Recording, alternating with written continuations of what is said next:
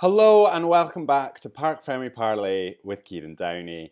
It is almost the end of January. We are edging closer to the start of the 2025 Formula One season, and with that means that we are getting ever closer to a huge regulation change for 2026. Now, as of the beginning of January 2025, aerodynamic testing for the 2026 cars became legal, meaning that the teams can begin to start gathering data for these cars. So what better time than now to break down what exactly the changes to the regulations for 2026 are.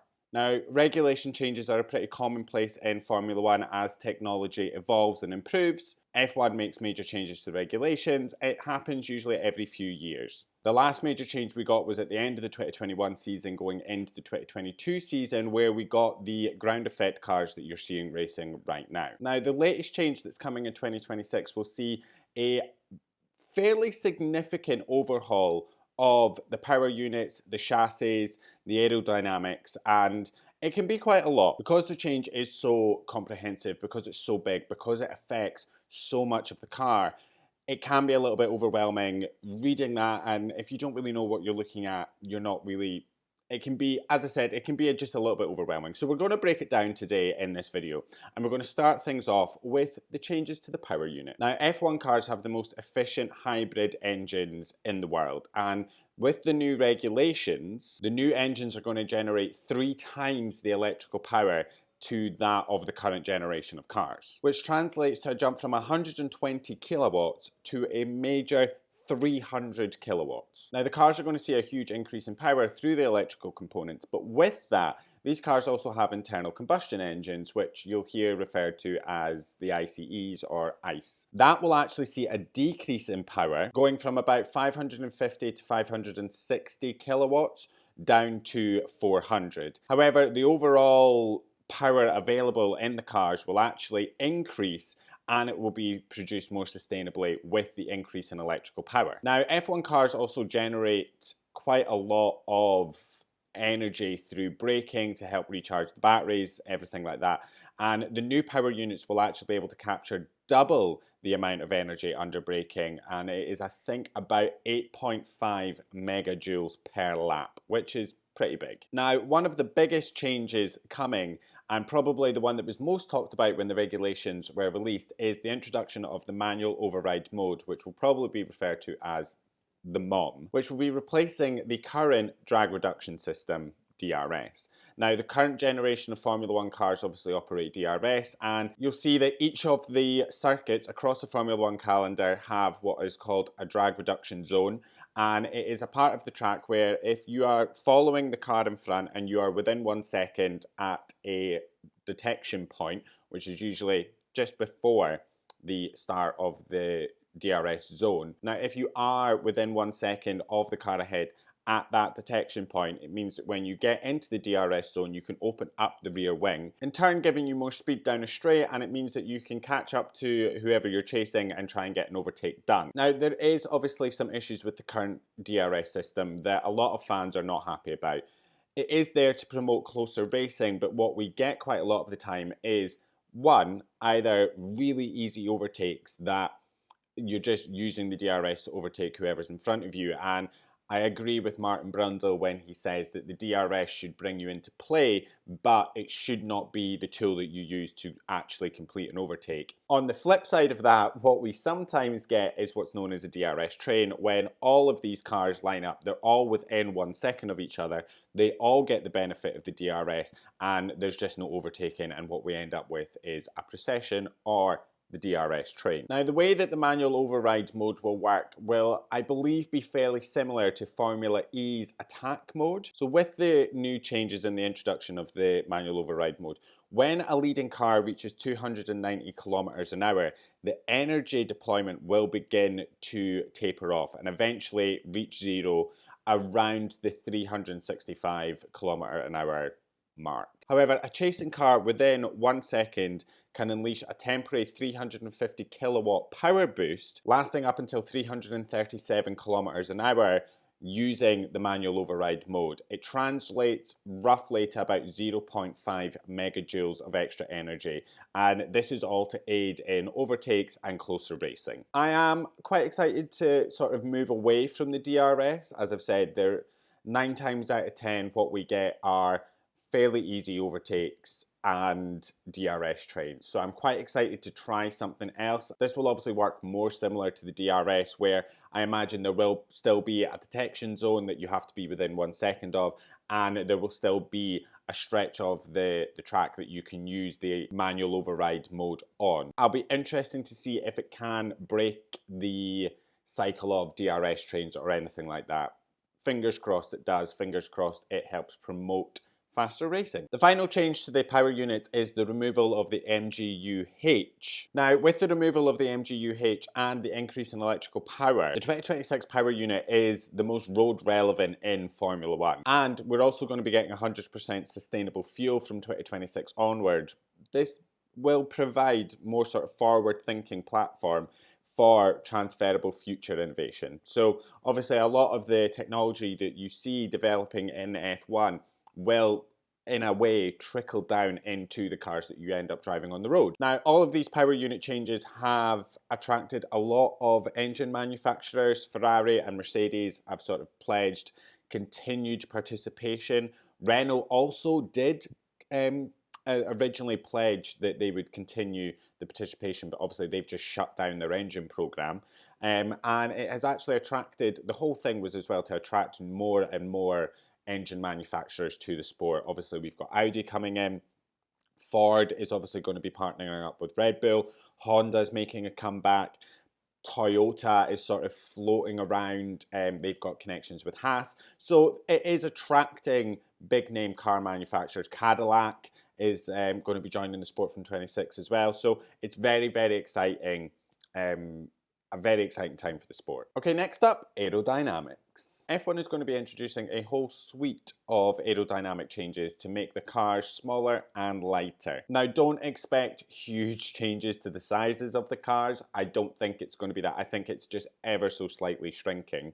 However, revolutionary for 2026 is an active aerodynamic system. So the 2026 Formula One cars are going to feature a movable front and rear wing. The front wing will be 100 millimeters narrower and will have a 2-element flap. The rear wing will be composed of 3 elements, and the lower beam will be removed, and the end plates will also be simplified. Now, similar to DRS, the drivers will be able to deploy Z mode, which opens and angles the wing element on both the front and rear wings. Now, Z mode will maximize the downforce of the car, and it will allow for sort of sharper cornering. Conversely, there will also be an X mode, which will adjust the wing flaps for a lower drag configuration, boasting straight line speed. The front wheel arches have been removed from the 2026 cars, and part of the wheel bodywork will be mandated to achieve optimal wake performance. Now, wake is the term refused to describe the sort of swirling mass of air that is disturbed by the rotating of the wheels. In washing wheel wake control boards,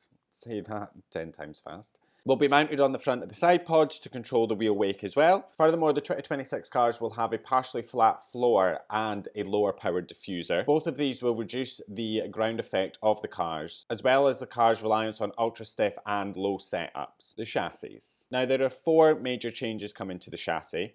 The cars will shed their bulk, they will become shorter and narrower, ever so slightly. The wheelbase is going to be shrinking by 200 millimeters to 3,400 millimeters, while the width will also get a reduction of 100 millimeters to 1,900 millimeters. The floor width is also going to be narrowing by 150 millimeters. So these are tiny, tiny changes to the cars, just remember that. The weight of the cars is also going to be a major focus, specifically reducing the weight of the cars. The minimum weight of the cars is going to be dropped by 30 kilos to 768 kilograms. Now, this includes both the car itself, which will be 722 kilos, and the estimated tyre weights, which are about 46 kilos. The downforce of the car is being trimmed by 30%, and the drag is targeted for a 55% reduction.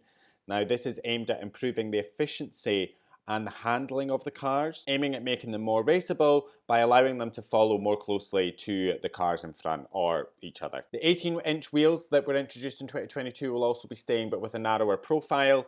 The front tyres will shrink by 25mm and the rear tyres will shrink by 30mm. However, the FIA has assured that there will be minimal impact on the grip of the cars. Sustainability. Now, obviously F1 is on a very big push for, I think it's net zero by 2030, and part of that is the introduction of completely sustainable fuels by 2026. Now, there will be no more fossil carbon being burned as of 2026, and this is a fairly significant leap forward for reducing the sport's environmental footprint, moving to 100% sustainable fuel. Now, the fuel will be drop-in, meaning that it can be used in almost any ICE-powered vehicle. Now, by 2030, there will be around 1.2 billion such cars on the road, meaning that the fuel that's going to be developed for Formula One could then be used to reduce emissions in future road cars. And finally, in terms of sustainability, there will also be an increased use of electrical power in the 2026 units, transitioning to 50% electrical and 50%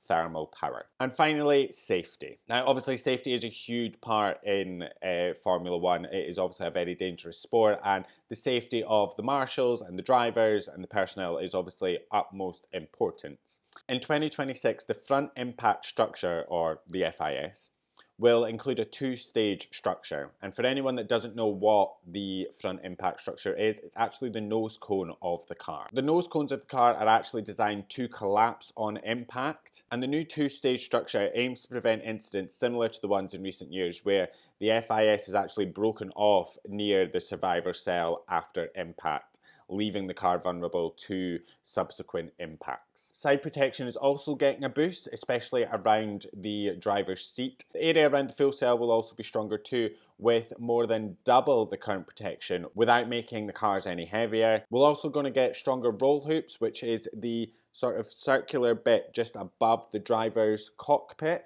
Actually, it's this bit right here that sits just above where the driver is in the car. It's expected to withstand higher forces of around 20 G. We'll also see the introduction of lateral safety lights, which will be installed to indicate the energy recovery system status, the ERS, of the car when it's stationary on track, and this is all about enhancing the driver and marshal safety. And that is all of the major changes coming to the regulations in 2026. Now, as I said, aerodynamic testing of the 2026 Formula One cars has been legal from the beginning of January. And I have to say, I'm very intrigued as to what the teams come up with. Now, you'll find that a lot of the teams will sort of have transitioned part of their workforce to the 2026 cars. And those teams will probably be your bigger teams, your Ferraris, your Red Bulls, your Mercedes. They will have a dedicated team that has started working on these cars, whilst a portion of their team will also just be working on the 2025 cars. Now, as the 2025 season progresses, quite a few of the team working on the 25 car will begin to divert their resources into the 2026 car, up until a point that the entire team back at the factory is solely working on those cars, albeit unless there's any huge incidents with the cars in terms of crashes or anything like that. You'll also find that a lot of the smaller teams, the sort of Williams and the Haas's and stuff, they will keep a sort of dedicated team focused on 25 because they can't just afford to write it off.